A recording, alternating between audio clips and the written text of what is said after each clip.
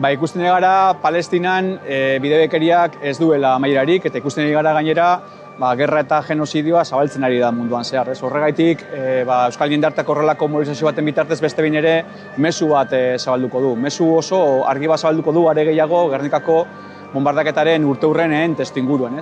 Mezu argi bat Europar instituzioei eta Europako herriei. Genozidioa eta gerrak amaitzeko eta gerarazteko, eta pertsonak eta herriak babesteko, konpromiso zehatzak hartu eta gauzatzeko garaian gaude. Bai Palestinan eta munduko beste edozein herritan. Horregaitik, inoiz baino garrantzi gehiago dauka, une honetan, gerrarik ez, genozidiorik ez, eta oinarrizko eskubideen aldeko oihua altxatzea ahalik eta modurik handienean.